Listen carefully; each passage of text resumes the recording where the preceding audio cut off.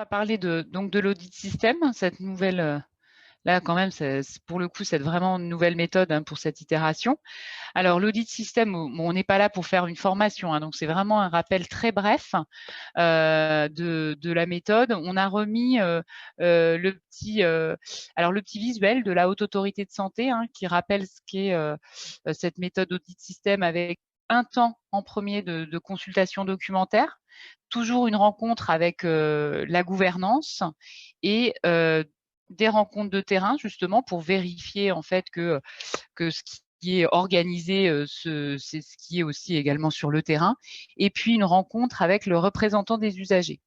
Donc, dans le petit visuel aussi qui reprend à quoi correspond l'audit système, on a bien un entretien équipe, un entretien de la gouvernance et puis de la consultation documentaire. Donc, le principe de l'audit système, c'est d'évaluer donc des organisations d'un établissement pour s'assurer de la maîtrise sur le terrain et de la capacité à atteindre des objectifs. Donc, ce qui est important, l'audit système, ça couvre aujourd'hui 7 processus ciblés. Donc là, on vous les a remis, leadership, qualité de vie au travail et travail en équipe, l'engagement des patients, la maîtrise des risques, les représentants des usagers, coordination territoriale et celui qui nous intéresse aujourd'hui, donc la dynamique d'amélioration continue de la qualité des soins. Donc, dans cet audit système et donc avec une grille spécifique que vous retrouvez dans Calista en fait, l'importance de reparler des critères impératifs parce que bon, je pense qu'on aura le temps d'échanger sur ça, mais c'est vrai que il y a quand même un travail, c'est sûr, on va dire de vigilance sur ces critères impératifs. Et donc là, les critères impératifs traitant de la dynamique qualité, on vous les a cités aussi pour vous rendre compte de ce qui va être évalué dans cet audit système, avec notamment aussi tout ce qui est gestion des tensions hospitalières et des situations sanitaires et la gestion, on va dire, des indicateurs de qualité donc à l'échelle de l'établissement. Cette grille, quand on l'imprime et quand on part sur le terrain, au début, on peut aussi se dire que finalement, ça représente que 11 éléments comme ça évalués sur le papier. Mais derrière, c'est quand même de nombreux temps d'échange entre les experts et les établissements. Donc, l'idée vraiment, c'était de parler de cet audit système, mais à travers justement le retour de Corian. Alors, je te laisse, Ouais. Christine, reprendre. Ouais. Alors, en fait, moi, je vais ouvrir en préambule de cet audit système dynamique qualité, dynamique d'amélioration. Je vais présenter le socle commun, en fait, qu'on utilise, sur lesquels on se pose pour se préparer aux certifications et d'une manière générale pour dérouler les démarches qualité. En fait, chez Corian, on a un manuel qualité santé qui nous permet de nous repérer sur des critères d'exigence, alors et du groupe et de l'HAS et de la norme ISO 9001, puisqu'on s'est engagé dans cette préparation de certification ISO 9001 aussi dans nos établissements. Et en fait, ce manuel qualité est vraiment le socle et le guide pour avancer sur l'ensemble des critères. Il présente donc des critères d'exigence, des éléments de politique pour chaque processus. Il présente des documents obligatoires à avoir et il présente des indicateurs clés à suivre. Alors, ce manuel qualité n'a pas de sens si on n'en fait pas un audit à un moment donné. Donc, on a un audit qualité 360 qui va passer en revue l'ensemble de ces critères-là sur l'ensemble des processus. Donc, ça nous permet de nous préparer aussi pour ces 2 types de certifications. C'est une personne extérieure à l'établissement qui vient dans l'établissement pendant 2 jours et demi, 2 jours, 2 jours et demi pour passer en revue l'ensemble de ces critères. Et puis, ce manuel qualité, en fait, décrit bien sûr les processus et leur pilotage. On a une description qu'on a tout simplement repris de ce qui existait avec la certification V2014. On est reparti sur une cartographie, en fait, qui reprenait l'ensemble des thématiques de la V2014. Alors ça, juste pour information, on va peut-être le faire évoluer l'année prochaine, et on va plutôt s'attacher à développer plus la notion d'activité que de processus, puisque l'AFNOR nous a dit l'année dernière qu'on avait beaucoup de processus et que du coup on pouvait perdre quand même un peu les établissements dans tout ça. Donc l'idée c'est d'avoir l'ensemble des critères pour développer sa dynamique d'amélioration qualité. La nomination des pilotes de processus est importante. Donc, de garder cette notion de processus va permettre d'asseoir la dynamique qualité parce qu'on a des référents qui nous permettent d'avancer sur des suivis d'événements indésirables, d'indicateurs, de plaintes de réclamation et d'état d'avancement du plan d'amélioration qualité. Si tu pouvais passer à la diapo suivante. Oui. Alors. Hop. Alors, quand on parle de socle commun, on parle aussi d'un outil centralisé de gestion de la qualité et des risques. On a chez Corian Bluekango maintenant, depuis le début de l'année 2021. Donc c'est bien, on a un nouvel outil qui est plus facile pour les utilisateurs, mais il a fallu le temps de l'appropriation. Je pense que Céline exprimera aussi un point par rapport à ça. Donc cet outil en fait permet d'avoir une déclaration d'événements indésirables graves, de les traiter, d'avoir un retour au déclarant écrit. Ça nous permet de déclarer des réclamations, des plaintes et d'avoir le retour écrit aussi pour les déclarants. Ça nous permet de suivre des risques, les risques en évaluation a priori et bien sûr a posteriori, donc en faisant le pendant avec les événements indésirables. Donc d'identifier ces risques prioritaires et d'avancer dans ce cadre-là, en tous les cas. Donc, d'avancer avec un plan d'action établissement. On peut avoir un plan d'action aussi un petit peu plus large au niveau région, au niveau national. Mais l'idée, c'est que ce pacte, en fait, soit approprié par l'ensemble des collaborateurs par cet outil-là. Et bien sûr, on a un suivi d'indicateurs. On ne peut rien faire sans les indicateurs maintenant, puisque on sait que cette certification entre dans l'ère de la mesure et de l'évaluation. Donc, on a tous les éléments sous la main. Diapo suivante, alors, s'il te plaît. Merci. Ouais. Donc, ce plan d'amélioration continue est important. On ne peut pas s'engager dans un audit système qui est aussi une revue de processus. En fait, la revue de processus du management de qualité. On ne peut pas s'engager dans cet audit système et se présenter à un expert visiteur sans avoir tous ces éléments-là, dont le plan d'amélioration continue de la qualité, avec la mesure et le bilan de ce plan d'amélioration continue de la qualité. Il faut qu'on puisse mesurer l'efficacité des actions qu'on pose dans ce PAC, et c'est indispensable puisque c'est là-dessus aussi qu'on échange avec les experts visiteurs. Bien évidemment, les tableaux de bord sont plus qu'indispensables. Les instances, la programmation, leur réalisation, les indicateurs, leur suivi, quelle périodicité, les audits, les évaluations, d'avoir une planification à l'année et aussi la réalisation correspondante. Et puis un tableau des formations sensibilisation, puisque quand on va parler de dynamique qualité, on parle aussi de la formation et de la sensibilisation des professionnels, avec toujours la mesure de l'efficacité de ce qui est proposé aussi. Donc ça, c'est le socle vraiment indispensable pour avancer. Et pour terminer sur ce socle, en fait, si on passe à la diapo suivante, Anne-Laure, pour terminer sur ce socle, en fait, tout au long de l'année 2021, on s'est préparé avec l'ensemble des établissements qui passaient leur visite au second semestre. On s'est préparé avec un copil mensuel où on a fait le point, on a échangé beaucoup sur toutes les étapes de cette préparation. On a bien sûr étudié la documentation de la Haute Autorité de Santé pour voir comment la dynamique qualité pouvait s'inscrire dans ces documents, dans cette documentation. On a la chance d'avoir des experts visiteurs qui se sont formés, chez Corian, qui se sont formés en 2021. Donc, on a pu aussi croiser les regards par rapport à ces exigences-là. On avait le point de vue des préparés et le point de vue des personnes qui allaient passer des visites en tant qu'experts visiteurs. Donc, c'était plutôt intéressant. On a fait une approche aussi par les grilles Calista, sachant que ça avait quand même une limite. On le voit dans les visites de certification. Les grilles Calista ont un intérêt parce que ça permet le regard croisé des experts visiteurs sur les audits système, sur les traceurs ciblés, sur les parcours ciblés. Mais en utilisation en établissement, on trouve la limite sur les éléments qui sont évalués. Quand on évalue toujours la même chose et qu'on arrive à des conformités régulières sur des points des grilles Calista, ça n'a plus de sens après de dérouler les grilles Calista. Et puis on a organisé aussi, enfin on a fait un petit club certification sur le Teams, le logiciel Teams. Comme ça, on mettait tout à disposition pour que tout un chacun puisse piocher et évoquer les difficultés au fil de l'eau.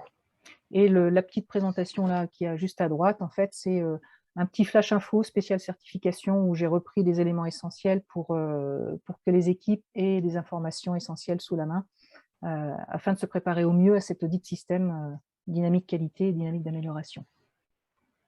Voilà pour ma part ce que je voulais vous présenter.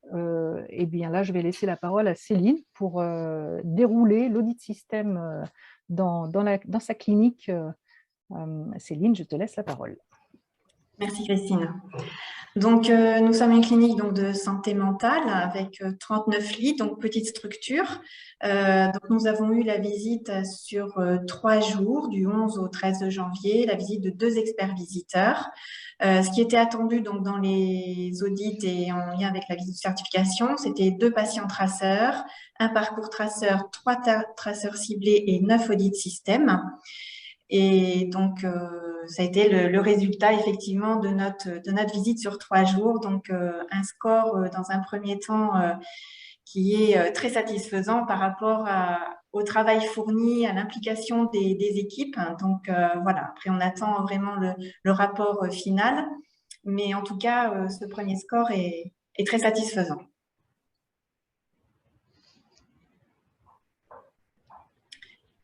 Donc, les audits se sont passés de la façon suivante. Le premier audit système sur la maîtrise des risques et dynamique d'amélioration, donc on avait constitué un groupe de professionnels, constitué donc du directeur, du président de CME, de la cadre de santé, de la responsable directrice qualité et moi-même. Et les questions lors de cet échange ont surtout porté sur donc l'organisation des instances, comment est-ce qu'on s'organisait sur notre structure.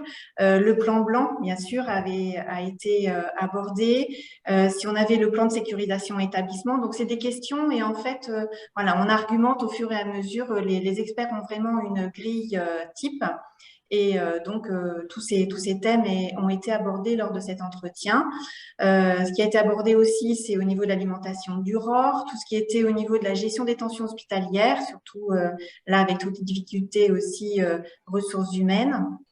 La vaccination a beaucoup été abordée que ce soit lors des entretiens avec ce petit groupe vraiment de directeurs et de présidents et nous-mêmes, mais aussi sur le terrain. Ça a été des questions qui ont été souvent posées. La cellule de crise, forcément. Au niveau des CREX, comment est-ce qu'on était organisé? Au niveau du plan d'action, Christine l'a abordé, c'est quelque chose vraiment de très important. L'expérience patient a été aussi un point fort au niveau de notre visite. Comment on organisait le travail en réseau, tout ce qui était notre place effectivement dans le maillage territorial au niveau des instances, au niveau des filières. Et puis la politique qualité de vie au travail a été aussi un nouveau processus qui a été audité pendant cette visite.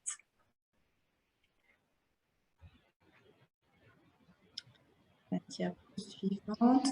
Donc, ce que je pouvais aussi rajouter, c'est que les échanges ont été vraiment très ouverts avec les experts visiteurs et l'ensemble des rencontres avec les professionnels ont permis effectivement d'avoir ce regard croisé entre l'audit vraiment gouvernance et l'audit terrain. Donc là, après, on avait fait le choix effectivement au niveau de la rencontre du groupe professionnel d'être vraiment pluridisciplinaire avec un médecin psychiatre. Il y avait 2 infirmières qui étaient présentes, une aide-soignante, 2 ASH et 2 secrétaires. Et là, donc, j'ai listé un petit peu effectivement les points qui ont été abordés sur ce temps d'échange qui a duré un peu plus d'1 heure et demie. Et les questions donc, ont été effectivement comment avez-vous été informé par la gouvernance au niveau du logiciel, puisque c'était un nouveau logiciel pour nous qui a été mis en place et sur le fin d'année 2020 et le temps de l'appropriation, on a essayé de le mettre en pratique dès janvier 2021. Donc, il a fallu effectivement le temps de s'approprier ce nouveau logiciel, mais aussi après de former les professionnels. Donc, au fur et à mesure des questions et des rencontres aussi, là, vraiment en échange tour de table. Mais après, tout a été effectivement vérifié sur le terrain, puisque le logiciel, OK, vous avez été formé, mais est-ce que vous pouvez montrer comment vous l'utilisez, à quel endroit est-ce que vous pouvez rechercher cette gestion documentaire? Donc, c'est la question suivante, effectivement, comment est-ce que vous arrivez à retrouver un document, un protocole, une procédure, non seulement au niveau du groupe, mais aussi au niveau donc propre établissement, et les comptes rendus également. Donc là, c'était un travail qu'on avait commencé en janvier 2021. Est-ce que vous savez déclarer des événements indésirables, indésirables graves? Donc, ça a été un tour de table, mais sur le terrain, pareil. Est-ce que vous pouvez me faire voir comment est-ce que vous pratiquez pour cette déclaration? Où est-ce que vous allez? Comment vous vous connectez? Qui assistait au CREX et aux cellules de crise? Comment ça s'organisait? Est-ce qu'il y avait des indicateurs? Est-ce que vous les connaissez? Et quels sont les indicateurs qui sont suivis sur votre structure? Est-ce que les professionnels participaient à des audits? Et si oui, donc ils ont demandé vraiment à quels audits ils avaient pu participer. Et s'il y avait aussi des retours de résultats. Quel type d'affichage est présent sur la structure? Donc là, c'est quelque chose qu'on avait revu avant la visite de certification. On avait fait vraiment je dirais entre guillemets, un nettoyage vraiment de tout ce qui était affichage au niveau de toute la structure, que ce soit au niveau du hall d'accueil, dans les services, dans les unités. La question a été posée au secrétaire, savoir si un patient est agressif à l'accueil, comment procédez-vous? Au niveau des formations, comment elles sont accessibles? Comment faites-vous pour y accéder? Connaissez-vous les membres de la CDU et est-ce que vous savez comment est-ce qu'elle fonctionne et quand a eu lieu la dernière commission des usagers? Et puis aussi sur le circuit du médicament, qui est toujours un processus vraiment ciblé et sur lequel on avait bien travaillé avec les équipes. Sur le circuit du médicament, donc tout ce qui était médicaments à risque, de bien avoir l'affichage, les antidotes, les never event. Donc là, ça a été au niveau du regroupement après que j'ai pu faire avec les professionnels qui avaient été rencontrés. Donc non seulement sur ce temps de rencontre vraiment dans une salle de réunion, mais aussi sur le terrain. Voilà, c'était vraiment les questions qui ont été ciblées majoritairement.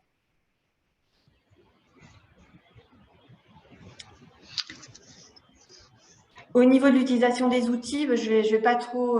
Christine avait déjà abordé effectivement les incontournables au niveau des calendriers des instances, des calendriers d'audit, de tout ce qui est prévision, mais aussi de ce qui a été réalisé, les tableaux des indicateurs, les plans d'action, les tableaux de formation, les comptes rendus de réunion que l'on a mis en ligne effectivement sur Bluekango. Et nous, on avait fait le choix, puisque les experts ont eu accès à tous ces outils sur le logiciel, mais on avait aussi décidé de mettre à leur disposition une clé USB de l'ensemble des documents de preuve pour essayer de simplifier la recherche et l'utilisation du logiciel, ils le connaissaient, donc il n'y a pas eu de surprise pour eux, mais voilà, c'était notre choix. Et sur les effectivement, les deux points que je n'ai pas abordés sur l'utilisation des outils et qui est vraiment le pilotage de base par rapport au système de dynamique qualité, c'est effectivement d'identifier nos instances, non seulement la composition des groupes, mais aussi rappeler leur mission. Et puis, le fait d'avoir identifié vraiment les pilotes par processus, quelque chose d'important. Et du coup, les professionnels savaient vraiment, quand on parlait d'un sujet ou d'un processus, ils savaient sur lequel ça allait porter. Et donc, ils étaient vraiment totalement intégrés. Sur les points clés de la dynamique qualité donc, au sein de la structure, on a continué à fonctionner en PDCA.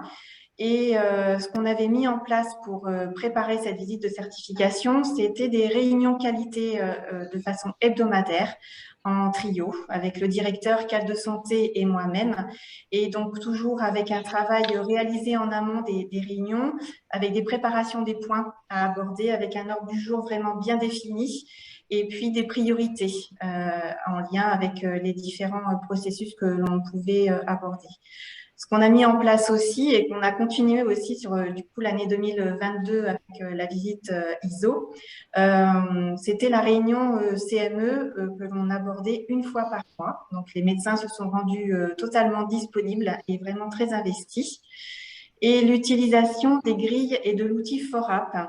D'ailleurs, c'est le travail par lequel aussi on a commencé pour cette évaluation et de préparation de certif, puisque ça permet d'aborder vraiment chaque critère.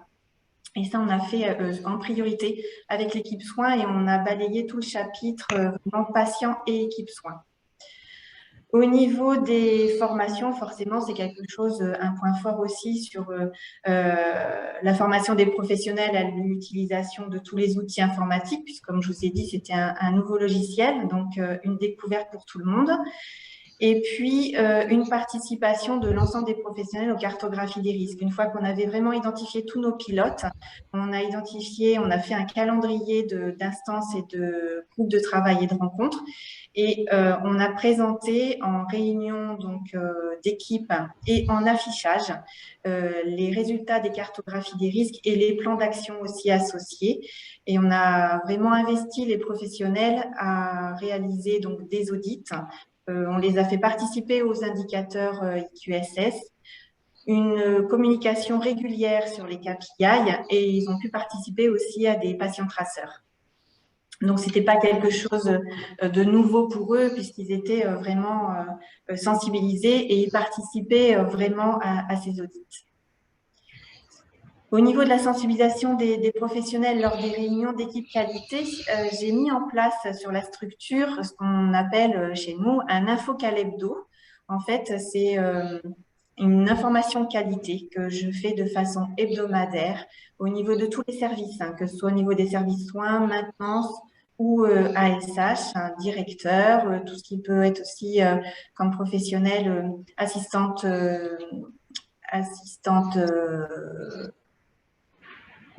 sociale, voilà, pardon. Et donc, j'y aborde vraiment des résultats d'indicateurs et puis des rappels, que ce soit des rappels sur la communication d'un dossier patient, que ce soit au niveau du circuit du médicament. Enfin, tous les processus peuvent être abordés sur cet infocaleb hebdo que j'envoie au préalable en mail pour tous les professionnels qui ont une adresse mail et ensuite que je présente en amont d'une réunion sur un temps voilà, très court, mais on peut échanger aussi sur ces infos transmises. Un point réalisé également tous les 15 jours auprès des équipes soins. Voilà, sur les checks qu'on a pu voir, soit sur les cartos, soit sur des résultats d'audit. Enfin, en tout cas, une communication qualité très forte. J'avais pu aussi mettre en place à disposition et aussi un accompagnement auprès des professionnels la diffusion d'un triptyque. C'était un mémo démarche qualité, gestion des risques et certification. Donc, ce qui a été vraiment aussi aidant pour les professionnels puisque c'était vraiment, ça récapitulait vraiment toutes les informations de la démarche qualité, gestion des risques et certif. On avait fait le choix, au niveau du groupe, de mettre aussi l'intervention de façon hebdomadaire. Une infirmière hygiéniste interétablissement, donc qui intervient tous les jeudis sur notre structure et avec qui je partage voilà, sur ce qui est attendu au niveau de la structure. Elle est très terrain aussi et on fait toujours un retour en CODIR par rapport à ces interventions. Une étroite collaboration également et qui s'est fait bien ressentir lors de la visite de certification. C'est des échanges vraiment de façon continue, téléphonique, mail et physique, en collaboration avec les usagers. Et d'ailleurs, ils avaient décidé de mettre en place une permanence donc tous les 15 jours sur la structure. Donc, ça a été un point fort puisque sur l'année 2020, toutes ces instances et au niveau des rencontres des usagers, ça a été mis un petit peu entre parenthèses. Donc là, ça a été un coup de boost en fait par rapport à l'implication des représentants des usagers. Et puis l'expérience patient qui a été aussi un point fort sur la structure puisqu'elle est évaluée, l'expérience patient, ça parlait pas trop au niveau des professionnels et en fait ça a été en expliquant un peu ce qui était attendu et ce qui relevait en fait, on faisait d'expérience patient sans le savoir, c'était abordé lors des ateliers, lors des visites, lors des entretiens avec les soignants et c'était pas forcément voilà qu'avec les questionnaires de satisfaction, mais c'était à travers de toute cette prise en charge, que ce soit de l'entrée à la sortie, où on avait cette expérience patient en fait.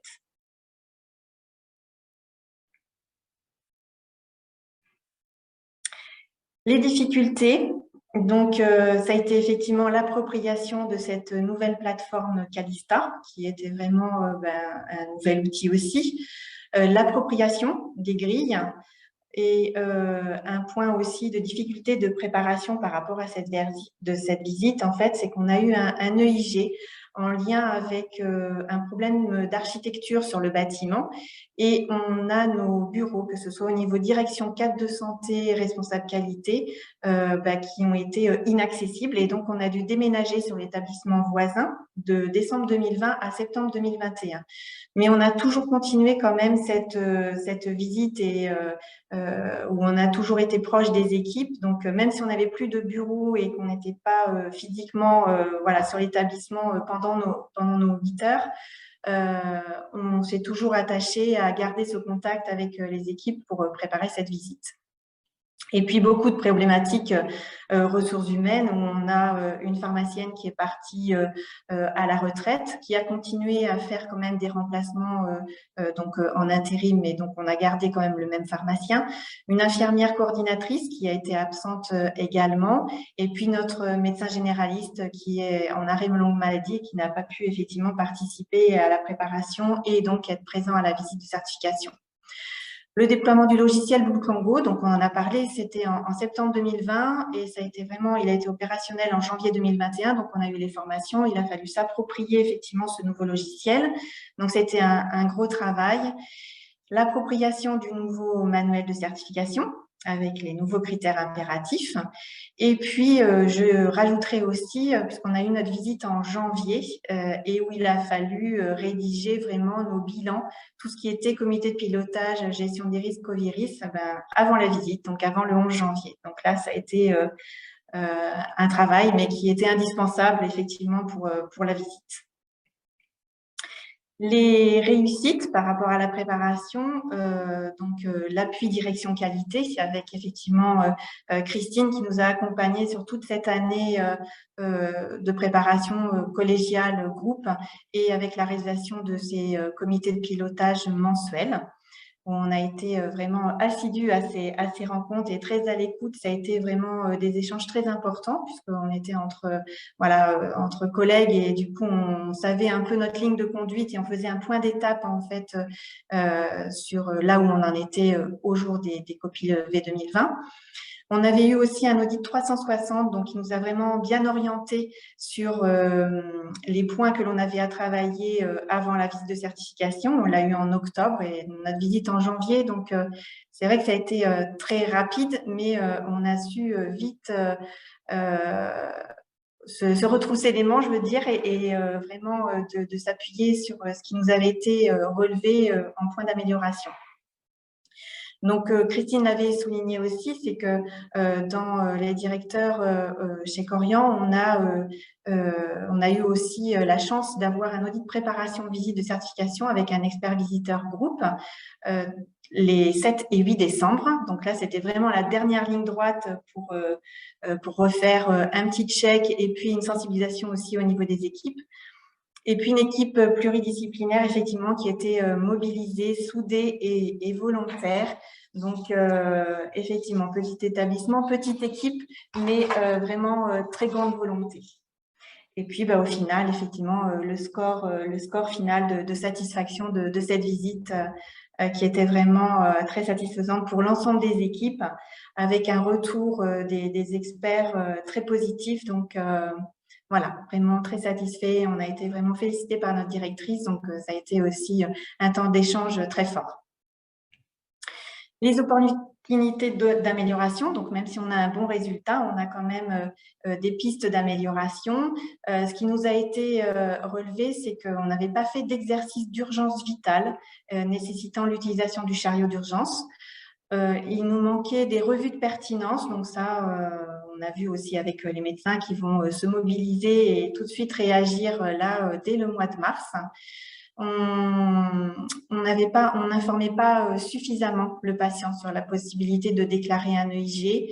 On nous a demandé d'investir le patient sur des CREX, aussi le projet d'investir un patient expert. Donc ça, on y a déjà réfléchi, enfin, les équipes y ont déjà réfléchi avec notre cadre de santé. De prendre en compte la déficience visuelle, donc même si cela reste vraiment à la marge par rapport aux critères sur la prise en charge du handicap, c'est quelque chose qui nous a été relevé. Et puis, forcément, tracer l'évaluation de la 24e à la 72e heure lors d'une prescription d'antibiotiques. Et en fait, on s'est aperçu au final que c'était un problème de paramétrage au niveau du logiciel, donc quelque chose qui a été même relevé et tout de suite réalisé dans les 5 jours qui ont suivi la visite. Donc, sur tous ces points d'opportunité d'amélioration, on a, je dirais, sur 98% de réponses à ces points.